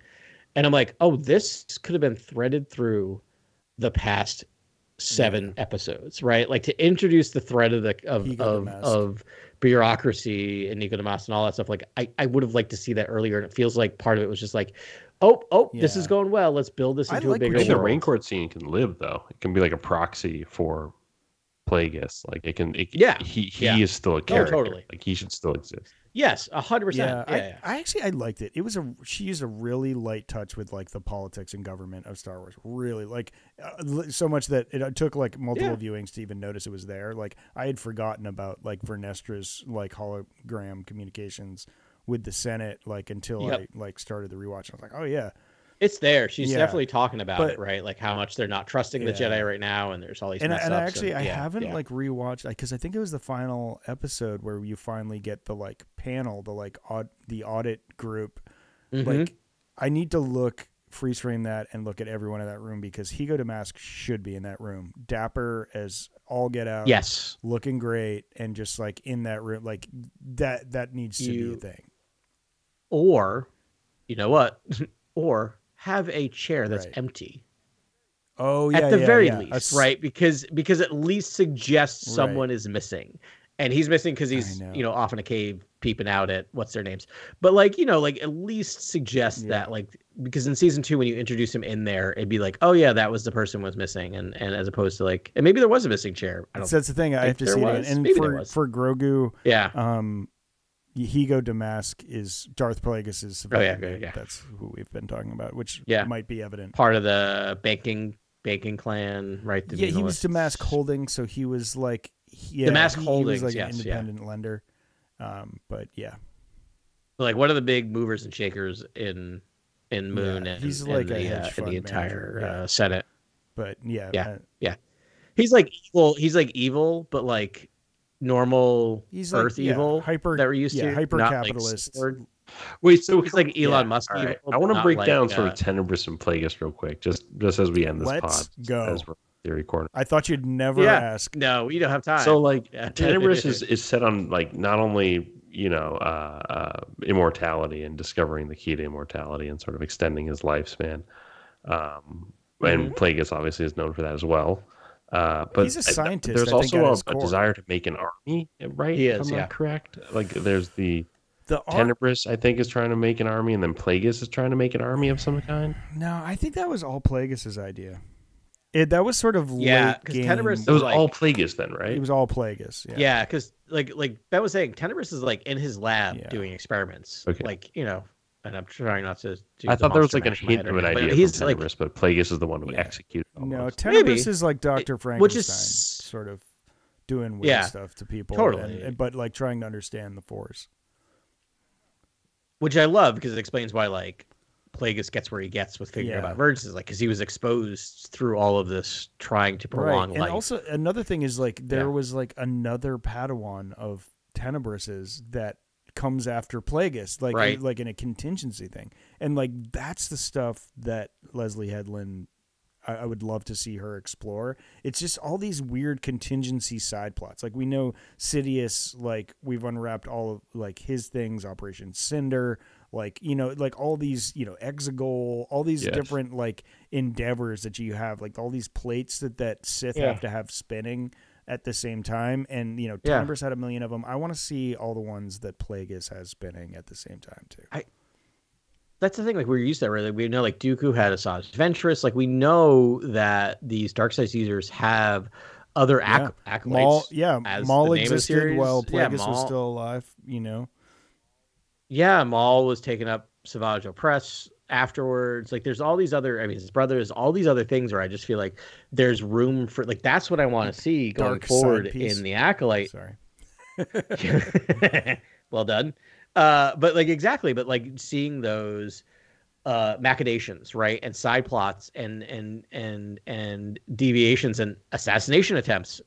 Like having an assassination attempt and then an episode later having a sit down conversation, having a dinner, right? Like I kind of want it like just they're constantly trying to kill each other, right? And then we're like, that was very good. Anywho, and you have to be flexing the whole time.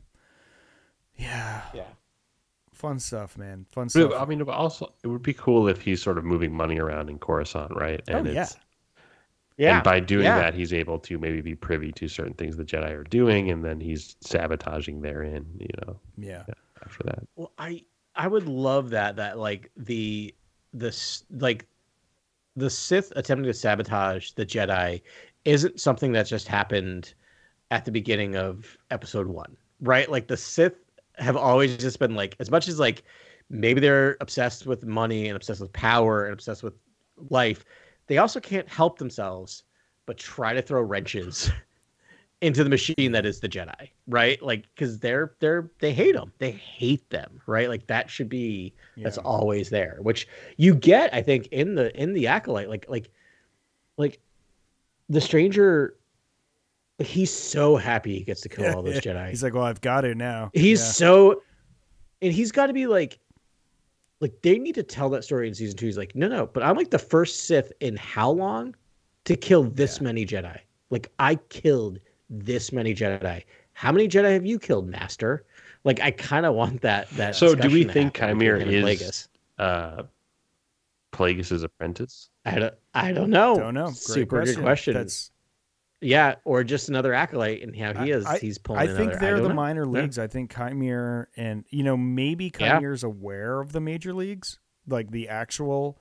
And he's trying to get there. That's kind of the story I want to see. And then it's just like, Plagueis being like, how close an eye do I have to keep an eye to? Do I have to keep could Plagueis' scene just be a mirror to Soul's scene and sort of peering around the tree, like this idea that like this is his discovery of the Vergence and the Force, right? How can he leverage it to his benefit? Right. Like he's like, this guy's pretty good. Like this is one half of two twins that are. Yeah. That's I never even thought about that. Maybe he felt them for the first time, so it's actually his first like interaction or seeing of Chimera. Right. Yeah, I mean, it definitely lends itself to like bleed right into the Lucino novel, because this could be the place that we see in the first chapter of Lucino. We're pretty sure this is the planet with the Cortosis mine, and he's been working on that. But I mean, it's not inconceivable that Plagueis had an apprentice before Sidious, and maybe he's watching this duo. I mean, all right, okay, I got it now. I think you sort of ignited it for me.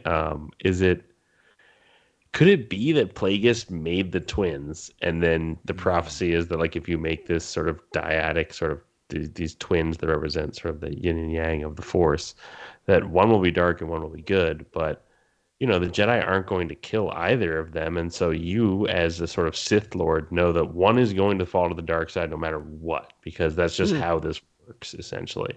And I'll just wait and watch and wait for the one that it turns out to be Osha, the one that's actually going to embrace the dark, bleed a crystal, embrace her anger, I guess, and sort of cross into the dark side sort of teaching structure like that I'll just wait for that to occur, and then I'll make Chimera and her fight, and I'll choose whoever's stronger. Whoever's stronger. Yeah, I mean, it could be a first batch, right? Like this is the first time he tried it, and it's like they got split this time, but then with Palpatine, they were able to create Anakin. Yeah, I think that's a really interesting point. It's like we still don't know how the twins were created, right? We still Anakin really. I mean, no, I mean that's a whole there's a debate. Like it's like, was it Plagueis? Like I don't think you can even do that though. I don't think you can really show that. That's kind of, I don't know. It would feel like sort of a planet.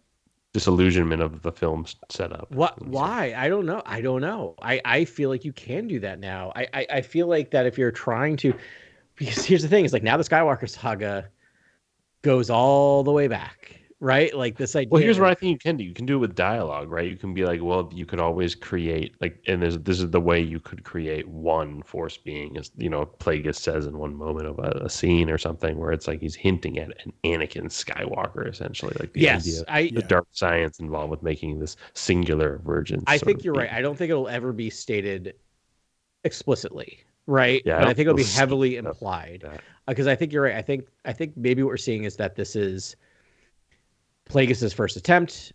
He's now connected with this because maybe that they left the virgins, right? So now he's feeling them, he's seeing them, he's feeling her gain power, and is now following her, not Chimere. That's why he ends up on the planet, right? And maybe this whole thing ends with trying again. I now know where I went wrong, right? Because we still don't know where the twins were made. We got basics, but we still haven't. Yeah, I feel like there's more. I feel like we're gonna tie in Plagueis to the witches. Yeah, guys, we've had a long run here. I feel like we could talk for another 3 hours on this. Once again, we saved the best for last. Thanks very much for listening to us. If you've gotten with us this far, really appreciate it. Next week we'll talk about the comics, and we'll talk about Comic-Con, which is huge. Yeah. I can't wait to see what stuff comes out of there. Yeah. Maybe we'll learn some more stuff about Skeleton Crew. We'll see. Yeah, if you want to read along, we're going to cover. There's a Jango Fett miniseries, 4 issues. We'll cover that, issues 1 to 4, and then the Star Wars main run. I think issues 44 to 47, which is the Trial of Lando Calrissian. Finally. We'll talk about that. We'll finish that up, and we'll talk a bit about.